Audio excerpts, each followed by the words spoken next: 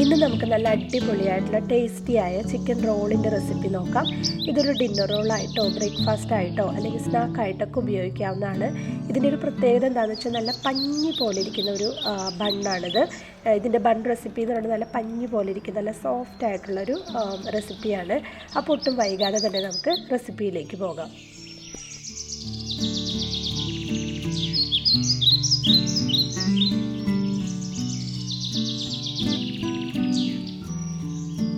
ഇതിലേക്ക് നമുക്ക് ആദ്യം തന്നെ 1/2 കപ്പ് ഇളം ചൂടുള്ള പാല് ചേർത്ത് കൊടുക്കാം. അതിലേക്ക് 4 ടേബിൾ സ്പൂൺ പഞ്ചസാര ചേർത്ത് കൊടുക്കുക. 1 ടീസ്പൂൺ ഈസ്റ്റ്. ഇതെല്ലാം കൂടെ നന്നായിട്ട് മിക്സ് ചെയ്ത് അടച്ചു വെച്ചതിന് ശേഷം ഒരു 10 മിനിറ്റ് പൊങ്ങാൻ വയ്ക്കുക. 10 മിനിറ്റിന് ശേഷം നന്നായിട്ട് പൊങ്ങി പതഞ്ഞു വരും. ഇതുപോലെ വരണം എന്നാൽ മാത്രമാണ് കേട്ടോ നമ്മുടെ ബണ്ണിന് സോഫ്റ്റ്നെസ് ഉണ്ടാവുള്ളൂ. ഇനി ഇതെല്ലാം കൂടെ മിക്സ് ചെയ്യുന്നൊരു പാത്രത്തിലേക്ക് മാറ്റുക. അതിലേക്ക് 3 ടേബിൾ സ്പൂൺ മെൽറ്റ് ചെയ്ത ബട്ടർ ചേർത്ത് കൊടുക്കുക. 1 മുട്ട ചേർത്ത് കൊടുക്കുക. 1/2 ടീസ്പൂൺ മുതൽ 1 ടീസ്പൂൺ വരെ ഉപ്പ് ചേർത്ത് കൊടുക്കുക. ഇനി ചേർക്കുന്ന സാധനമാണ് നമ്മുടെ ബണ്ണിന് ശരിക്കും സോഫ്റ്റ്നെസ് കൊടുക്കുന്നത്. ഇതിൻ്റെ പേരാണ് ടാൻസോങ്. ഇതിൻ്റെ റെസിപ്പി ഞാൻ ഡിസ്ക്രിപ്ഷനിൽ കൊടുക്കാം. ഒരേ അളവിൽ മൈദയും വെള്ളവും പാലും കൂടെ ചെറിയ തീയിൽ വെച്ചിട്ട് മിക്സ് ചെയ്ത് കുറുക്കിയെടുക്കുന്നതാണ് കേട്ടോ ഈ ടാൻസോങ് എന്ന് പറയുന്നത്. നമ്മൾ അപ്പത്തിനൊക്കെ കപ്പി കാച്ചൂലേ അതുപോലെ തന്നെ ഭയങ്കര ടൈറ്റായിട്ട് നമ്മൾ കുറുക്കിയെടുക്കേണ്ട, ഒരു ലൂസ് പരുവത്തിലെടുക്കുക. അതിന് ശേഷം നന്നായിട്ട് തണുത്തതിന് ശേഷം ഇതിലേക്ക് ചേർത്ത് കൊടുക്കുക. ഇനി നമ്മൾ ചേർത്ത് കൊടുക്കുന്നത് മൈദയാണ്. 2 കപ്പ് മൈദ. ഇതിലൊട്ടും കൂടേണ്ട ആവശ്യമില്ല കേട്ടോ. നമ്മളിത് മിക്സ് ചെയ്ത് വരുമ്പം മാവ് ഇത്തിരി ലൂസായിട്ടിരിക്കുന്ന പോലെ തോന്നും. കുഴപ്പമില്ല, എത്രത്തോളം ലൂസാവുന്നോ അത്രത്തോളം സോഫ്റ്റ്നെസ് നമ്മുടെ ബണ്ണിനുണ്ടാകും. ഞാനിതൊരു ഹാൻഡ് മിക്സർ വെച്ചിട്ടാണ് മിക്സ് ചെയ്തെടുക്കുന്നത്. കൈവച്ചും നമുക്ക് മിക്സ് ചെയ്തെടുക്കാം. കൈവച്ച് മിക്സ് ചെയ്തെടുക്കുമ്പോൾ 15 മിനിറ്റ് എങ്കിലും നന്നായിട്ട് മിക്സ് ചെയ്തെടുക്കണം. ഹാൻഡ് മിക്സറിൽ നമുക്ക് 10 മിനിറ്റ് കൊണ്ട് തന്നെ റെഡിയായി കിട്ടും. ഇനി കൈവച്ചാണ് നമ്മൾ മിക്സ് ചെയ്തെടുക്കുന്നതെങ്കിൽ മെൽറ്റ് ചെയ്ത് ബട്ടർ ചേർക്കേണ്ട ആവശ്യമില്ല. ബട്ടർ ഒന്ന് സോഫ്റ്റ് ആയാൽ മതി. ആ ഒരു പരുവത്തിൽ ചേർത്ത് കൊടുത്താൽ മതി കേട്ടോ. 10 മിനിറ്റ് കഴിഞ്ഞു. നല്ലോണം നമ്മുടെ മാവ് മിക്സായി വന്നു. ഒരു സ്ലൈറ്റ് യെല്ലോ കളർ മാറിയിട്ട് ഒരു വൈറ്റ് കളറായിട്ട് വന്നിട്ടുണ്ട്. ഇനി നമുക്ക് സ്ട്രെച്ച് ടെസ്റ്റ് ചെയ്ത് നോക്കാം. ഇതൊന്ന് കുറച്ച് മാവ് അതിൽ നിന്ന് എടുത്തിട്ട് നമ്മളൊന്ന് കയ്യിൽ വെച്ചിട്ട് ഒന്ന് സ്ട്രെച്ച് ചെയ്ത് നോക്കുവാണ്. കീറിപ്പോയാലൊന്നും കുഴപ്പമില്ല. പക്ഷേ ഇതുപോലെ നമുക്ക് സ്ട്രെച്ച് ചെയ്ത് എടുക്കാൻ പറ്റുന്നുണ്ടെങ്കിൽ നമ്മുടെ മാവിൻ്റെ കറക്റ്റ് മിക്സിംഗ് ആയി എന്നാണ് അർത്ഥം. ഇനി നമുക്ക് ഈ പാത്രത്തിൽ നിന്ന് മാറ്റിയിട്ട് പാത്രത്തിൽ കുറച്ച് ഓയിൽ തടവി കൊടുത്തതിന് ശേഷം ഒന്ന് റൗണ്ടാക്കി എടുക്കുക നമ്മുടെ ഈ മാവിനെ. അതിന് ശേഷം തിരിച്ച് അതിൽ തന്നെ വെച്ചിട്ട് ഒന്ന് റെസ്റ്റ് ചെയ്യാൻ വേണ്ടി വെക്കുക. 1 മണിക്കൂറിനുള്ളിൽ തന്നെ, നല്ല ചൂടുള്ള സ്ഥലമൊക്കെ ആണെങ്കിൽ 1 മണിക്കൂറിനുള്ളിൽ തന്നെ ഇത് ഡബിളായി കിട്ടും.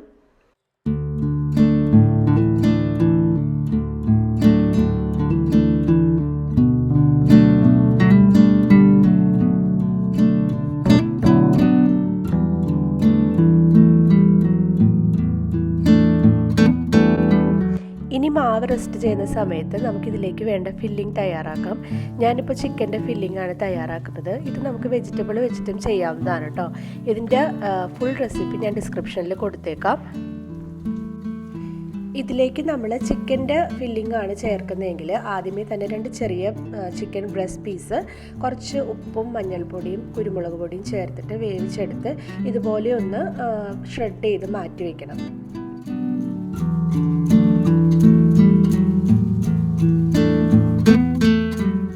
മസാലയൊക്കെ ഉണ്ടാക്കുന്ന പോലെ ഒരുപാട് വഴന്ന് അങ്ങനെ വരേണ്ട ആവശ്യമില്ല. ജസ്റ്റ് ഒന്ന് അതിൻ്റെ പച്ച കുത്ത് മാറിയാൽ മതി. ഞാനിതിലേക്ക് ഇടിച്ച മുളക് പൊടി ചേർത്ത് കൊടുക്കുന്നുണ്ട്. ഇതിലേക്ക് നമുക്ക് ചേർത്ത് കൊടുക്കേണ്ടത് 1 ടീസ്പൂൺ മൈദയാണ്.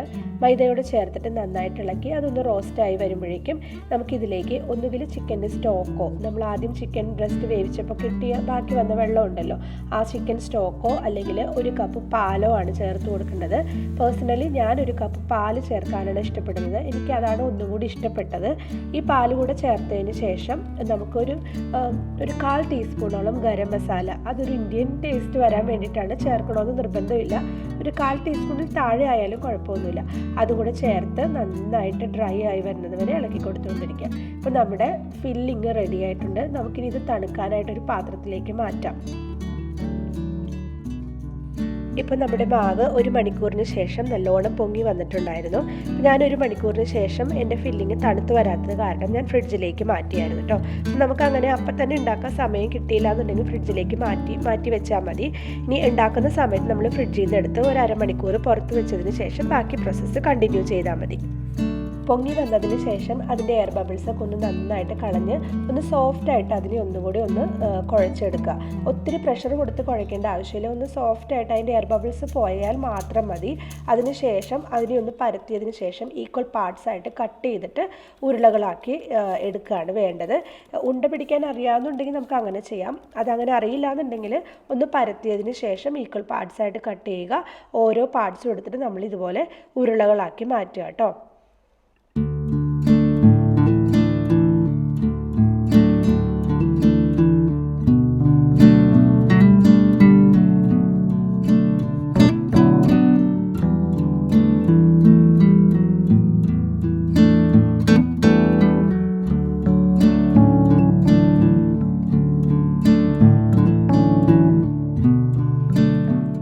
ഉരുളകളാക്കിയതിന് ശേഷം നമ്മൾ പരത്താൻ ഉപയോഗിക്കുന്ന ആ പ്രതലത്തിൻ്റെ മേലിൽ കുറച്ച് ബട്ടർ തേച്ചതിന് ശേഷം നമ്മൾ ആദ്യം ഉരുളകളാക്കി വെച്ച ഒരു ഉരുള എടുത്തിട്ട് ഇതുപോലെ ചപ്പാത്തിയൊക്കെ പരത്തുന്നത് പോലെ നന്നായിട്ട് പരത്തിയെടുക്കുക. പൊടിയിടുന്നതിനേക്കാളും ബട്ടർ തേച്ചിട്ട് പരത്തുന്നതായിരിക്കും കുറച്ചും കൂടെ നല്ലത്. അപ്പോൾ നമുക്ക് നന്നായിട്ട് പരത്തിയെടുക്കാനായിട്ട് പറ്റും. ഇനി നമ്മൾ അതിലേക്ക് കുറച്ച് നമ്മൾ ഉണ്ടാക്കി വെച്ചിരിക്കുന്ന ഫില്ലിങ് ചേർത്ത് കൊടുക്കുക. കുറച്ച് ചീസ് ചേർത്ത് കൊടുക്കുക. ഞാനിവിടെ മൊസറല്ല ചീസാണ് ഉപയോഗിച്ചിരിക്കുന്നത്. ചീസ് ചേർക്കുന്നത് ഓപ്ഷണലാണ് കേട്ടോ. അതിനുശേഷം ഇതുപോലെ ഒന്ന് അതിനെ റോളാക്കി എടുക്കുക.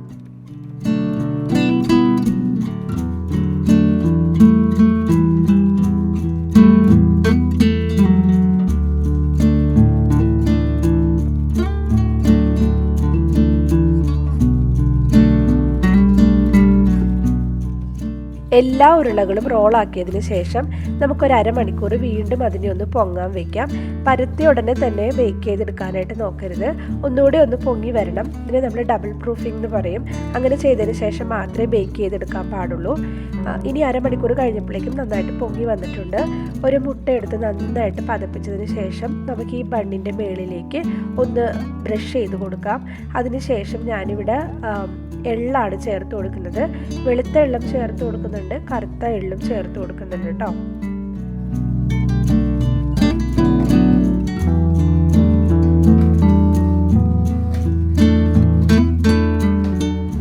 ഇനി നമുക്ക് 10 മിനിറ്റ് പ്രീ ഹീറ്റ് ചെയ്ത് വെച്ചിരിക്കുന്ന ഓവനിലേക്ക് വെച്ച് കൊടുക്കാം. ഒരു 20-25 മിനിറ്റ് എടുക്കും ഇത് ബേക്ക് ചെയ്തെടുക്കാൻ, അല്ലെങ്കിൽ അതിൻ്റെ മേൽഭാഗം നല്ല ബ്രൗൺ ആയി വരുന്നത് വരെ.